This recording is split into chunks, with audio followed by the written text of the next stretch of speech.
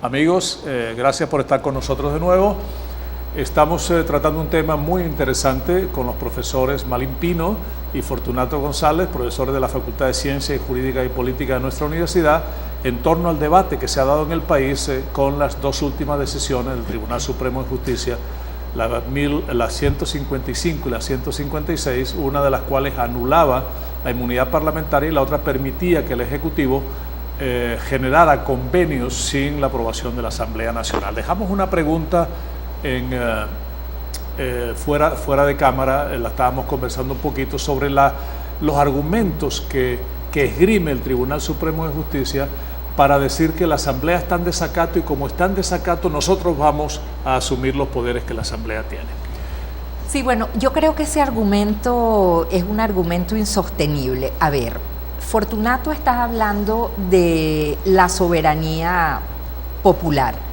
Las elecciones del 2015, en ejercicio directo de la soberanía, permitieron a los ciudadanos venezolanos pronunciarse en cuanto a la conformación del Parlamento venezolano, de la Asamblea Nacional. Mayoritariamente, esa asamblea fue conquistada por un grupo político que estaba representado en las fuerzas de la Unidad Democrática, en lo que se llama formalmente la Mesa de la Unidad Democrática.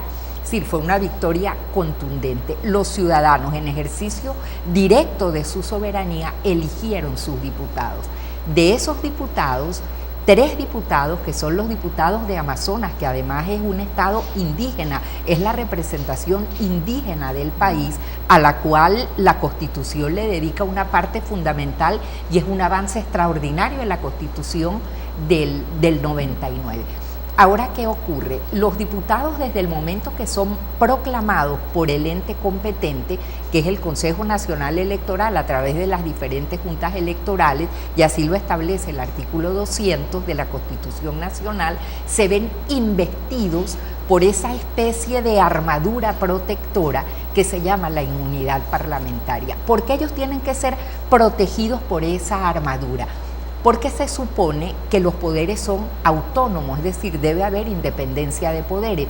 Y los diputados, en el ejercicio de sus competencias, tienen muchas veces que enfrentarse, realizando su función de control político, a otros órganos del mismo Estado para poder conservar ese equilibrio de pesos y contrapesos de poderes, ese check and balance, como lo llaman los anglosajones, que es lo que permite que nosotros podamos conservar el Estado de Derecho y, como decía Fortunato, los fundamentos de nuestro pacto constitucional.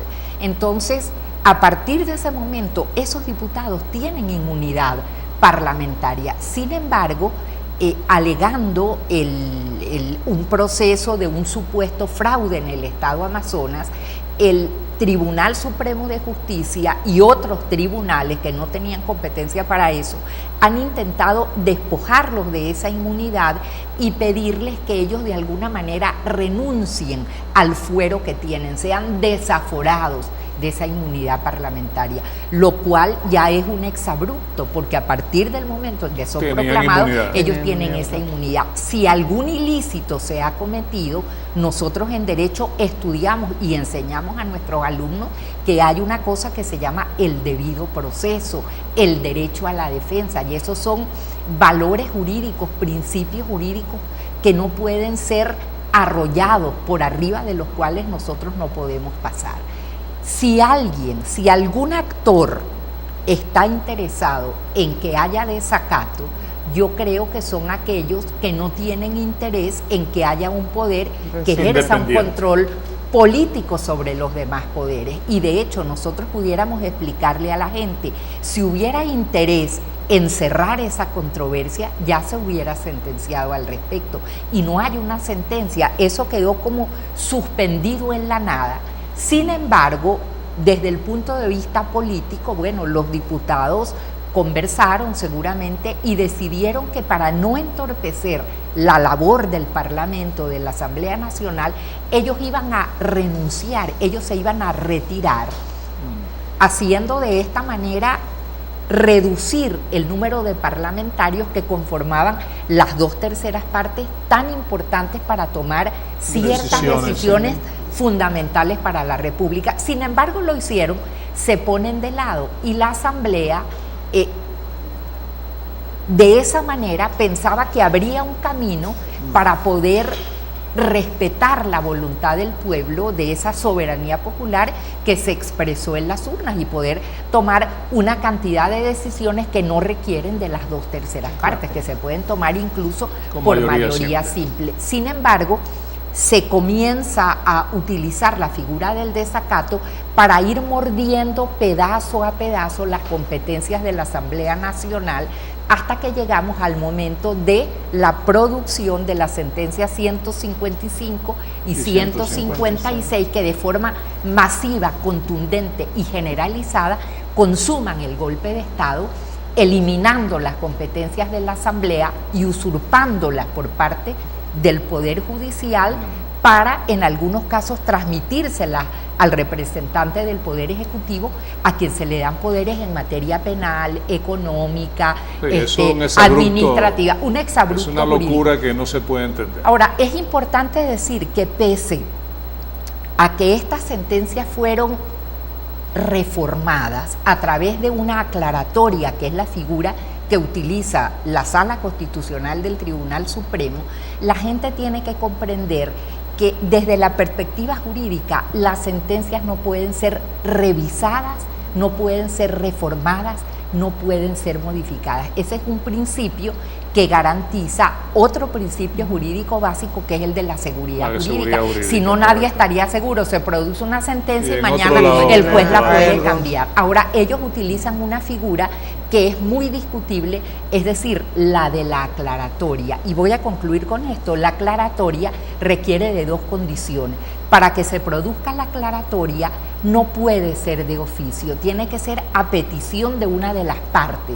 Esta condición no se produjo. Y luego la aclaratoria se tiene que producir en el mismo día en que la sentencia es publicada o al día siguiente, condición que tampoco se produjo. De manera que el remedio ha sido peor que la enfermedad. Coloca al Tribunal Supremo en su sala constitucional no solamente en contra de la Constitución, porque se rompe el orden constitucional de manera abrupta, pero en contra de los ciudadanos, por lo que explicaba el profesor, que es donde reside, que han expresado su soberanía a través del voto. Fortunato, redondea un poco lo que Malín nos está diciendo. Ella dice, concluye finalmente que no hay desacato y que además hay un golpe de Estado que viene del poder pero judicial. Es que hay un asunto gravísimo sobreviniente.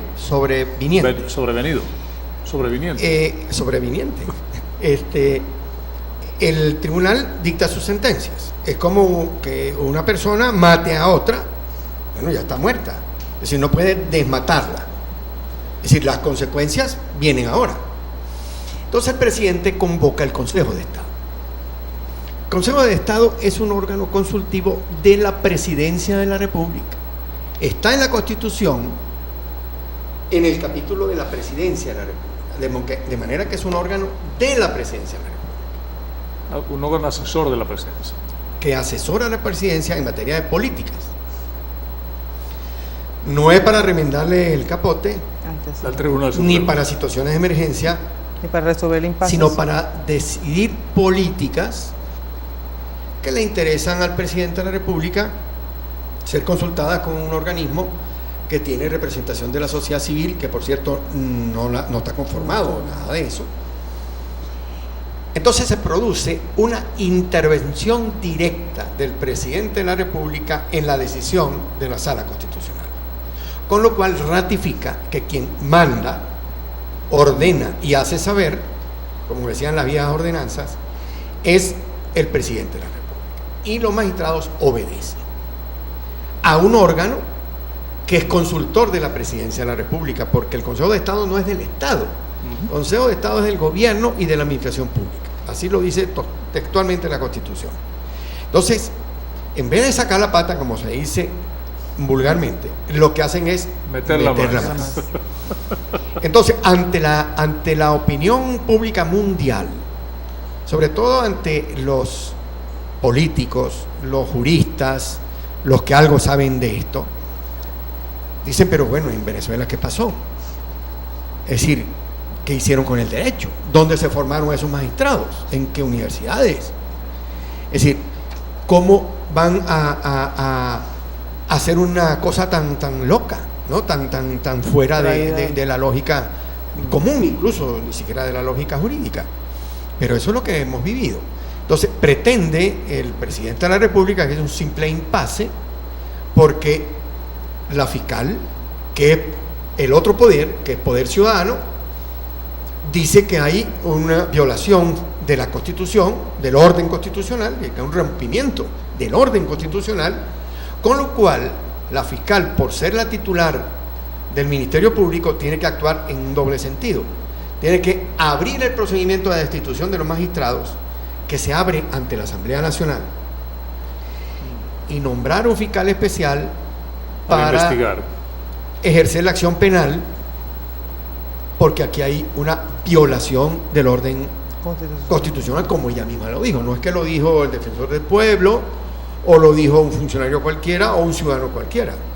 Por eso es que entra entonces en vigor el artículo 333, que obliga a todo ciudadano venezolano, investido o no de autoridad, a colaborar para la restitución de la plena vigencia de la Constitución, porque la vigencia de la Constitución ha sido eliminada, esa vigencia y esa eficacia de la Constitución, por obra del órgano que está encargado precisamente de cuidar. Lo cual es una Entonces, ahora todos los venezolanos, por eso la restitución de la Constitución no puede ser una labor política de partidos o de la Mesa de la Unidad, sino de toda la sociedad. Gremios, universidades, sindicatos, colegios profesionales, sociedad civil, productores, la sociedad en las colas. Yo estaba en una cola en un banco y la gente allí estaba protestando porque estaba ejerciendo esa función, que no tiene necesariamente que ser violenta, sino que tiene, por lo contrario, tiene que ser. A mí me gustaría ver un desfile de las escuelas primarias y de los liceos, un desfile para cantar el himno nacional en la Plaza Bolívar. Esa sería una magnífica forma de apelar a los valores históricos democráticos. Vamos a hacer una pausa, profesor, porque se nos acabó el tiempo ya en este segmento, pero entonces al regreso ya podríamos ir como cerrando qué viene vamos a ahora. un poco qué hay que hacer ahorita y sobre todo cómo se transforma la declaración de la fiscal. Eso me parece muy importante. Que además no la hizo en su casa, ¿no? La hizo frente a muchísimos de los funcionarios de rango de la fiscalía. El efecto sociopolítico y digamos, la reactivación de la energía social para la lucha de la restitución del orden constitucional a través de esa declaración. Vamos a la pausa y ya regresamos.